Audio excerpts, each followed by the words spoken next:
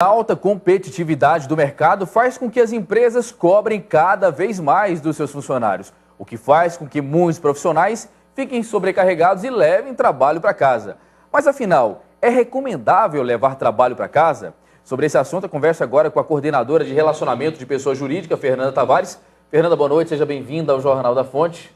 Boa noite ouvintes, boa noite pessoal do IPOG, Departamento de Comunicação, sejam todos bem-vindos. Pois é, Fernanda, nesse mundo tão movimentado cada vez mais com a globalização, muita gente acaba levando serviço para casa e, na sua opinião, isso é recomendável?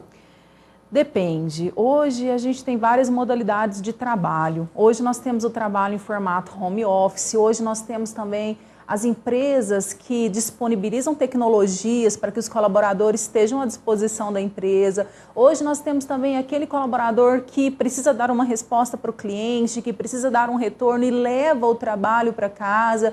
Então, a gente costuma avaliar sempre a frequência dessas ações, a necessidade e se por trás dessa situação não existe uma falta de planejamento ou se de fato há um pouco mais de disciplina. Então são algumas questões que norteiam esse tema.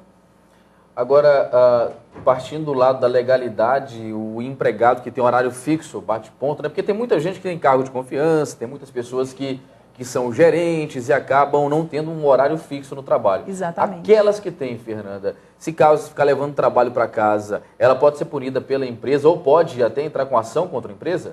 Olha, o que ocorre hoje no Brasil é o seguinte, a gente tem várias situações. Hoje a nossa classe média brasileira é uma classe média sacrificada financeiramente. Hoje a gente tem colaboradores que têm 2, 3 empregos no Brasil para manter a qualidade de vida, o padrão de vida dos seus familiares. Então, muitas vezes, sejam informais ou formais, esse colaborador, ele leva trabalho para casa, ele está atento à resposta que ele precisa gerar para o cliente.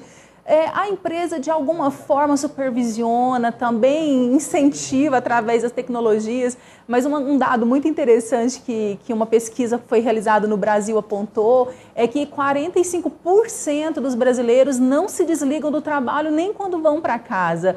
Então, olha só o desafio que o colaborador brasileiro hoje, que o trabalhador brasileiro também hoje tem dentro, né, da sua vida profissional.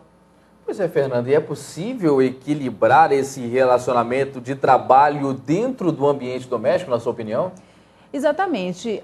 Nós temos 2 formatos. Aquele colaborador que leva o trabalho para casa, ele deve dosar essa ação. Por quê? Porque isso pode impactar no convívio familiar, ele também tem que ter hobbies, ele precisa se desconectar um pouco. Hoje a gente tem muita tecnologia, as pessoas estão muito conectadas, então é importante que ele se desconecte um pouco também, que ele tenha os horários de trabalho, que ele saiba de fato gerenciar esse momento. Para aquele que leva o trabalho para casa, a gente considera que em algum momento da vida profissional ele vai se dedicar mais, ele vai precisar alcançar resultados maiores, mas ele também tem o grande desafio de dosar tudo isso. Por quê? Porque ele, se ele não dosa, ele vai perceber que ele deixou a saúde para trás, que ele deixou os momentos de descanso, de lazer, com os filhos, o momento de se especializar, de repente é aquele profissional que tem vontade de fazer uma especialização, tem vontade de fazer um curso de pós-graduação, mas ele está tão absorvido pelas atividades do trabalho que ele acaba não conseguindo fazer outras ações que sejam também ali dentro do seu propósito, do seu objetivo pessoal. Agora, como você falou, essas pessoas que acabam esquecendo de se qualificar por causa da grande sobrecarga de trabalho, Fernanda, é um público-alvo que pode talvez ficar parado no tempo e não conseguir crescer aí profissionalmente, já que não tem tempo nem para estudar. Com certeza, Segismar. E além disso, além da dificuldade de se especializar, além da dificuldade de se organizar pessoalmente, aquele trabalhador, por exemplo, que trabalha 18 horas por dia, 16 horas por dia, ele está mais vulnerável a ter um staff, a ter um distúrbio de ansiedade, a ter uma síndrome de burnout, a ter uma depressão, uma ansiedade generalizada. Por quê? Porque ele leva o trabalho para casa, ele precisa da informação em tempo real, ele não se desconecta. Então, isso acaba afetando todas as áreas da vida, né? O que a gente diz? A gente diz que hoje o profissional de alta performance é quem? É o profissional que consegue gerar um equilíbrio entre vida pessoal, vida profissional. Ele consegue ter alta performance porque ele cuida da saúde, porque ele tem tempo para se especializar, porque ele tenta se desoperacionalizar para se tornar mais estratégico nos estágios da sua carreira. Então, sim, isso ao longo do tempo pode gerar prejuízo, a falta desse equilíbrio. Fernanda, tem gente que não consegue desligar do trabalho nem dormindo, e é uma classe muito importante, talvez uma das mais importantes do país, que é a dos professores, talvez seja a que mais leva trabalho para casa, para correção de provas.